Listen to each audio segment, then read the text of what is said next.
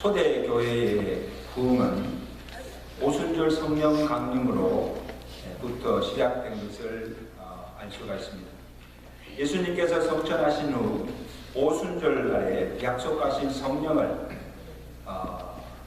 마가의 집에서 모여있던 사도들과 온 무리 가운데 충만하게 임하였습니다. 그때 성령 충만을 받은 사도들이 각지로 나아가서 담대히 복음을 전가하기 시작하였습니다.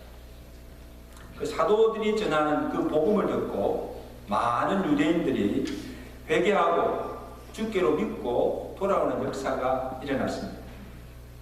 그래서 회심한 유대인들로 인하여서 초대 예루살렘 교회가 세워지고 또 갈수록 그 교회가 흥왕하여 구원받는 자의 수가 더하여지는 놀라운 부흥의 역사가 일어난 것입니다. 그런데 그와 동시에 복음을 방해하는 자들의 핍박도 점점 더 심해졌다는 것입니다. 가장 심하게 그들 핍박하는 자들이 누구였습니까? 그 당시 바리새인들과 서기관들과 대제사장들과 그 산헤드린 공회원들이었습니다. 이들이 사도들을 핍박한 이유가 무엇입니까? 그 이유가 4장 1절에 기록되는데 우리 다같이 4장 1절 보겠습니다. 사도들이 백성에게 말할 때에 정갈되지요. 제사장들과 성전 맡은 자와 사두개인들이 이르러 예수 안에 죽은 자의 부활이 있다고 백성을 가르치고 전함을 뭐해? 싫어하며 그들을 잡음에 날이 이미 저물었으므로 이튿날까지 가두었더라. 여러분, 사도들이 가서 전한 그 복음이 무엇을 전하였습니까? 그들이 예수님에 관하여 보고 듣고 경험한 것을 전가한 것입니다. 사도들은 예수님께서 유대인들에 의해서 십자가에 못 박혀 죽임 당하는 것을 눈으로 목격하였습니다. 그리고 하나님께서 예수님을 죽은 자 가운데서 다시 살리신 예수님이 부활하신 것도 친히 목격하였습니다. 사도들이 나아가서 예수의 이름으로 명하여 기도할 때에 안전뱅이가 일어나고 눈먼 자가 보게 되고 또한 병든자가 고침받는 그런 이적이 일어나는 것도 경험하였습니다.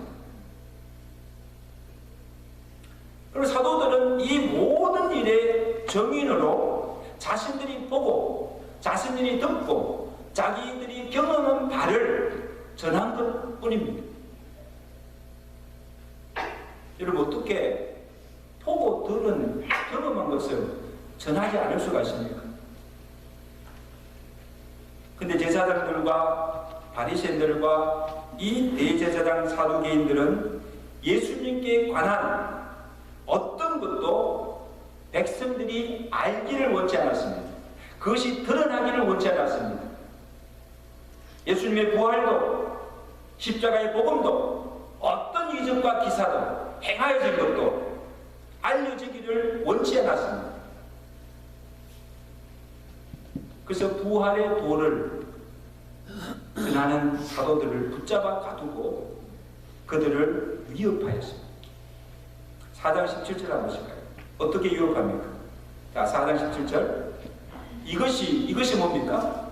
지금 사도들이 보고 듣고 경험한 예수 그리스도의 그 부활, 십자가의 도를 이것이 민간에 더 퍼지지 못하게 그들을 위협하여 이후에는 이 이름으로 아무에게도 말하지 말게 하자 하고 그들을 불러 경고하여 도무지 예수의 이름으로 말하지도 말고 가르치지도 말고 전하지도 말라는 거예요.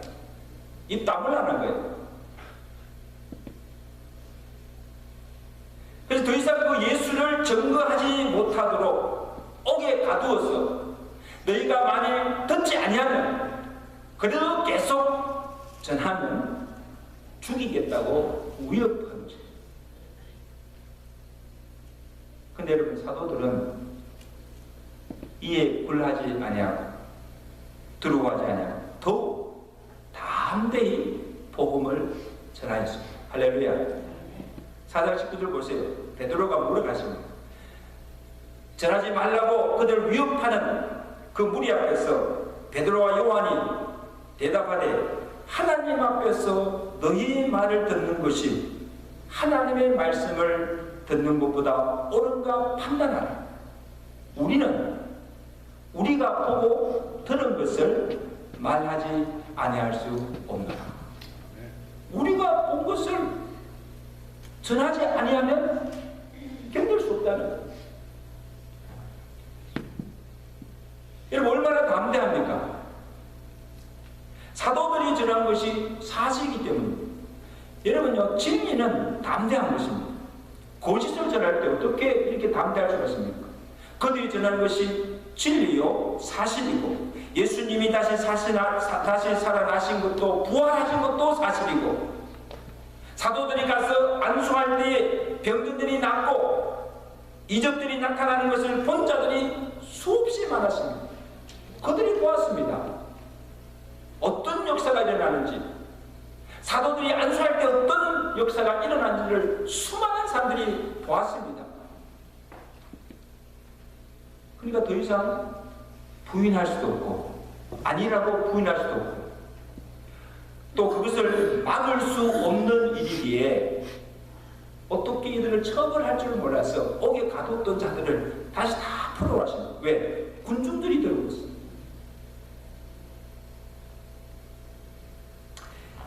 그래서 오늘 보면은요, 이 사도들이 공회에서 풀려나와서 예루살렘 교회 성도들과 함께 모여서 하나님께 드린 기도입니다. 사도들의 기도입니다. 자, 기도하는 그들의 모습 속에서 조금도 두려워하거나 불안해하는 모습을 찾아볼 수가 없습니다.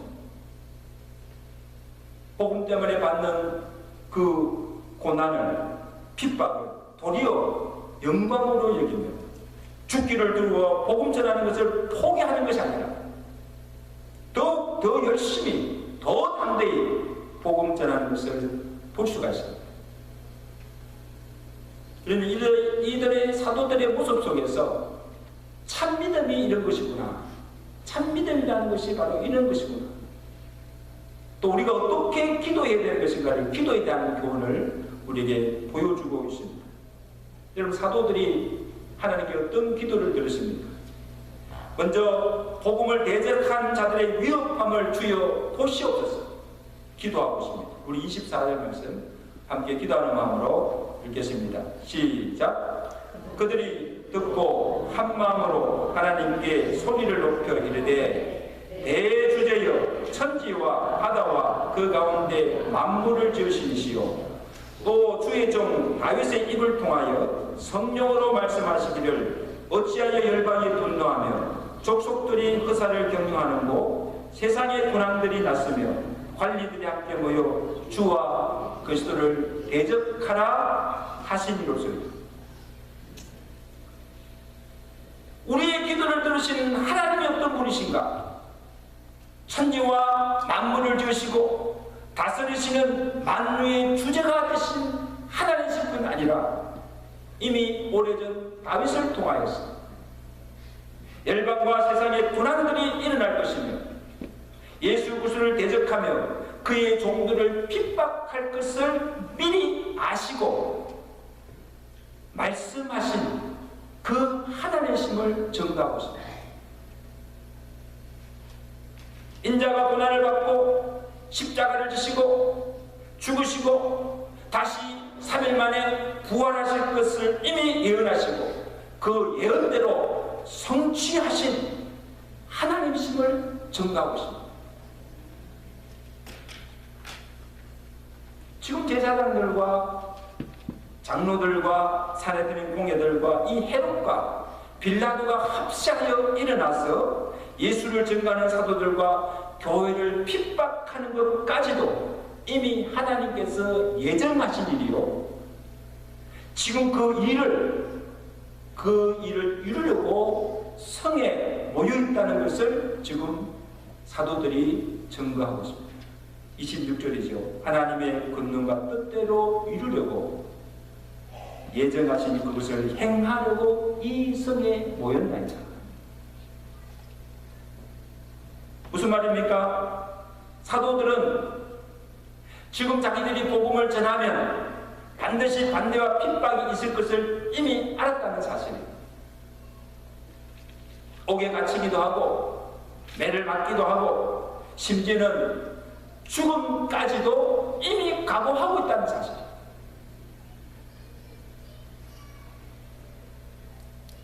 그럼 그들은 하나님께 기도하기를 어떤 기도를 드립니까? 하나님께 이 환난을 피하거나 우리를 생명의 위협에서 구하여달라고 기도하지 않았답니까?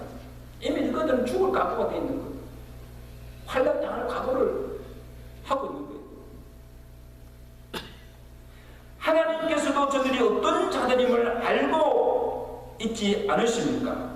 하나님께서 이미 예고하신 대로, 하나님께서 예고하신 대로 저들이 지금 우리를, 복음을 전하는 우리를 잡아 죽이려고 위협하고 핍박하고 있음을 하나님께서 지금 보고 계시지 않습니까? 주여 보시옵소서. 저들의 위협함을 하감하여 보시옵소서. 그러니 우리로 하여금 담대히 저들의 위협에 굴하지 않으시고 담대히 하나님의 말씀을 전할 수 있도록 우리에게 능력을 달라고 기도하고 있습니다. 할렐루야. 우선 담대함을 주시고 능력을 달라고. 29절이죠. 주여 이제도 그들의 위협함을 굽어보시고 종들로 하여금 담대히 하나님의 말씀을 전하게 하옵소서. 한마디로 말하면 어떤 일입니까? 이미 각오하고 있습니다. 복음을 전하다가 붙잡혀 옥에 갇혀도 좋습니다. 매를 맞아도 좋습니다. 욕을 먹어도 좋습니다. 핍박을 받아도 좋습니다. 죽어도 좋습니다. 그러나 어떤 위험과 어떤 환난과 핍박이 오더라도 우리가 두려워하거나 약해지거나 또한 우리의 믿음을 잃어버리지 않고 담대하게 믿음 지키며 복음을 전가하게 하시고 그 복음을 통하여서 한 생명이라도 더 얻기를 위해서 기도하고 있는 것을 참 놀라운 기도. 여러분 우리 같으면요, 우리가 만약 그런 측에 있다면 우리 같으면 어떤 기도를 드릴까요? 하나님 지금 모든 상황을 주여 보고 있지 않습니까? 지금 우리가 어떤 일 당한지 주께서 보고 있지 않습니까? 나를 위협하며 우리를 괴롭히는, 우리를 잡아 죽이는 이 원수들을, 대적들을 다 멸하여 달라고, 그들을 다 멸하여 달라고 기도하지 않겠습니까? 또한 복음을 전하다가 더 이상 핍박이나 환난을 당하지 않도록 이 환난을 면하여 달라고, 환난 속에서 속히 우리를 건져주시고 우리를 구원해 달라는 기도, 우리를 살려 달라는 기도를 하지 않겠습니까? 근데 사도들은 하나님이 그들에게 복음 전할 사명을 주셨고 그 복음 전하는 사명을 감당하다가 욕을 먹고 고난을 당하고 핍박을 당하고 마침내 순교의 제물이 되는 것도 그 또한 하나님의 예정하신 뜻임을 알았다는 사실이죠. 고난도 십자가도 죽음까지도 하나님의 뜻임을 알았다는 사실. 그러므로 그들에게는 그들의 안위보다는 주께서 주신 사명을 목숨보다 더 소중히 여겼다는 사실. 그 사명을 위해서 내가 고난받는 것도 십자가를 지는 것도 죽음까지도 영광스럽게 여겼다는 것입니다. 여러분 사도행전 20장에 보면 사도 바울이 에베소에서 교회 장로들과 작별하면서 이제 예루살렘으로 가고자 할 때에 에베소 교회 장로들과 많은 성도들이 울면서 거기 가지 말라고 막았습니다. 왜 그들이 바울이 거기 가는 것을 막았습니까? 거기 가는 환란이 기다리고 있고 바울이 붙잡혀서 죽을 수도 있기 때문에. 그래서 이때 바울이 자기를 가지 말도록 말리는 그 에베소 교회 장로들 앞에서 한 말이 무엇인가 하면 사도행전 20장 22절 보시면 사도 바울이 담대하게 이렇게 외칩니다. 보라, 이제 나는 성령에 매여서 예루살렘으로 가는데 내가 거기서 무슨 일을 당한지 나도 알 수 없다. 오직 성령이 각 성에서 내게 증언하여 결박과 환란이 나를 기다린다 하시나. 내가 성령께서 이미 알게 하시고 예루살렘 가면 붙잡혀서 죽임을 당할 것임을 성령께서 가르쳐 주셨습니다. 그러나 내가 달려갈 길과 주 예수께 받은 사명, 곧 하나님의 은혜의 복음을 전하는 일을 마치려면 나의 생명도 조금도 귀한 것으로 여기지 아니하다. 주께 받은 사명을 위해서 자기 생명도 아끼지 않고 나아가는 그를 누가 막을 수 있겠습니까? 내가 생명 내놓고 하는 일에 누가 그것을 막을 수가 있겠습니까? 여러분, 이것을 보면 오늘 우리의 기도가 달라져야 된다고 생각합니다. 살다 보면 시험이나 환난이나 질병을 피할 수가 없습니다. 그래서 우리는 기도할 때 시험이나 환난을 없게 해달라고 기도하지 말고 그것이 하나님의 뜻이면 어떤 시험도 환난도 질병도 극복하고 이길 수 있는 힘과 능력과 믿음을 달라고 구하시는 여러분 되시기를 간절히 바랍니다. 주의를 하다 보면 반대자도 많고 참 어려운 일도 많고 힘든 일도 많습니다. 연구할 일도 많이 있습니다.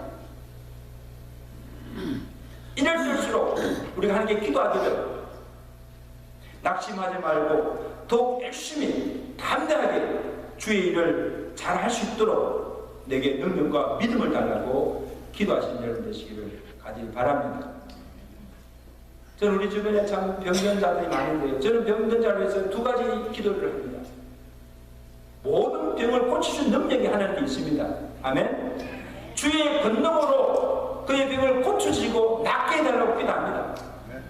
또 하나의 기도는 뭡니까? 하나님, 저에게 그 질병을 견디며 이길 수 있는 힘과 능력을 주시고 그것 때문에 믿음이 약해지지 않게 하시고 그 질병을 통하여서 고난을 통하여서 하나님의 영광이 드러나게 달라고 죽든 살든 그 모든 과정을 통하여서 정말 하나님의 살아계심을 전가하고 하나님의 영광이 드러날 수 있도록 해달라고 기도해야 될 줄로 믿습니다. 이것이 우리가 드리는 기도, 사도들이 드린 기도가 바로 그것이에요. 복음을 전하다가 주신 사명 감당하다가 욕을 먹고 고난을 받고 핍박당하고 설상 죽음의 일을 할지라도 담대하게 믿음을 가지고 끝까지 주의 삶을 감당할 수 있는 복음 전할 수 있는 능력을 내게 달라고 기도할 줄로 믿습니다. 그리고 다음으로 사도들은 하나님께 권능을 구하였습니다. 우리 30절 말씀 그 말씀인데 우리 다같이 기도하는 마음으로 읽겠습니다. 30절 말씀 시작. 손을 내밀어 병을 낫게 하시었고 표적과 기사가 예수님께서 성전하시면서 제자들에게 약속하시죠. 너희가 예루살렘을 떠나지 말고 약속하신 성령을 위해 기다리라고 하셨어요. 왜 성령을 기다리라고 하십니까? 제자들이 남아서 지금 해야 할 일이 예수님의 정인이 되는 복음 전하는 일이 됩니다. 그래서 예수님의 정인으로서 복음 전하는 그 일을 하기 위해서는 성령의 권능을 받지 않고서는 아무것도 할 수 없다는 거예요. 성령은. 그래서 뭐겠습니까? 오직 성령이 너희에게 임하시면 그 다음에 너희가 뭘 받고? 권능을 받고 그 다음에 예루살렘과 유대와 사마리아와 땅 끝까지 이르러 뭐예요? 내 정인이 되리라는 거예요. 자, 지금 주의 복음이 들려졌습니다. 이 복음을 땅 끝까지 나아가서 전하라고 말씀하셨습니다. 근데 그 복음을 전할 때 필요한 것이 무엇입니까? 권능입니다. 권능을 받아야 되는데 그 권능은 어떻게 임하십니까? 성령이 너에게 임하시면, 성령이 약속하신 성령이 너에게 임할 때 권능을 받아서 그 권능을 가지고 주의 복음이 들고 땅 끝까지 나아가서 내 정인이 되라는 것입니다.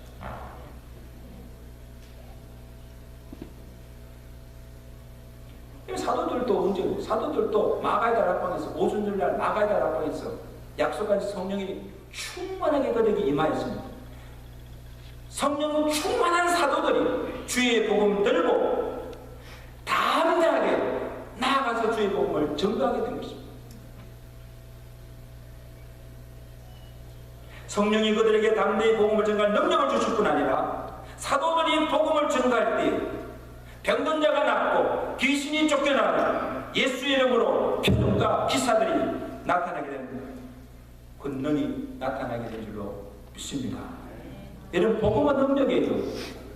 이 복음을 전거될 때 죄에 사로잡혔던 그들이 죄에서 풀려나서 구원받는 역사가 일어나과 동시에 그들의 육신의 질병까지도 나음을 입고 그들을 괴롭히던 악한 영들이 복음의 능력으로 물러나게 될 줄로 믿습니다.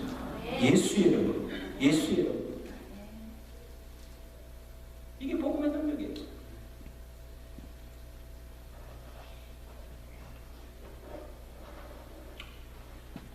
우리에게 권능을 주옵소서. 사도들이 권능을 구한 것은 자기 능력 받아서 병도 고치고 귀신도 쫓아내고 이적을 행하여서 자기 이름을 나타내고 그것으로 사용을 채우며 영광을 얻고자 한 게 아니에요.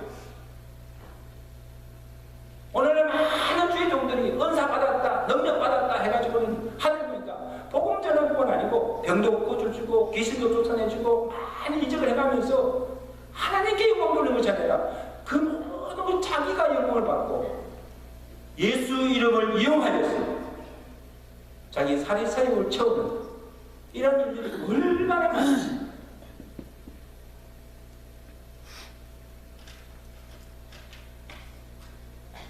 이 사도들은 무엇을 위해서? 복음 전파를 위해서. 한 생명이라도 더 구원하기 위해서. 하나님이 주신 그 사명을 더 효과적으로 수행하기 위해서. 궁극적으로 뭡니까? 누구요? 하나님의 영광을 위해서 권능을 구한 줄로 믿습니다. 사실 여러분, 하나님께서 우리에게 주신 사명을 감당하기 위해서라면 무엇이든지 하나님께 구하시길 바랍니다. 내 영광이 아니고 하나님의 영광을 위해서, 내 유익이 아니고 하나님 나라를 위해서. 건강이 필요하면 건강을 구하세요. 지혜가 부족하면 지혜를 달라고 하나님의 지혜를 구하세요. 능력이 없으면 주여 내게 능력 달라고 능력을 구하세요. 물질이 없으면 하나님 내가 주님 일 하는데 물질이 부족합니다. 주여 내게 물질의 복을 주시옵소서 구하시길 바랍니다. 하나님 나라와 그거를 먼저 구하면 그 외의 모든 것은 하나님께서 더하여 주실 줄로 믿습니다. 하나님 나라와 그 의를 위해서. 마태복음 6장 33절이죠. 그런즉 너희는 먼저 그의 나라와 그 의를 구하라. 그리하면 이 모든 것을 너에게 더하여 주시리라. 그렇게 믿는 마음으로 한번 바랍시다. 너희는 먼저 그의 나라와 그 의를 구하라. 그리하면 이 모든 것을 너희에게 더하시리라. 여기 이 모든 것이 뭡니까? 이 모든 것을 주시는데 무엇을 주십니까? 너희가 먼저 그의 나라와 그 의를 구할 때, 하나님 주신 사명을 감당할 때에 너희에게 필요한, 거기에 필요한 건강도 주시고 지혜도 주시고 능력도 주시고 성령의 은사도 주시고 물질도 주셔서 그 모든 것을 능히 감당케 하신 줄로 믿습니다. 구하라는 거예요. 구하라는 거. 하나님의 영광을 위해서 구하라는 거예요. 하나님 주신 사명인데 나는 감당할 수 없습니다. 내게는 지혜도 부족하고 능력도 부족하고 할 수가 없습니다. 부족합니다. 그리고는 하나님이 하지 않는 것은 이건 아니에요. 왜? 구하면 주신다고 했는데, 부족하면 채워주신다고 했는데 구하지 않습니다. 우리 모두가 하나님께 능력받아 사도들처럼 권능받아서 주의 복음 증거하며 주의 사명 끝까지 감당하시는 저와 되시길 주님께 축원합니다. 사도들이 간절히 합심으로 기도했을 때 어떤 일이 납니까? 기적 같은 일이 납니다. 31절 보세요.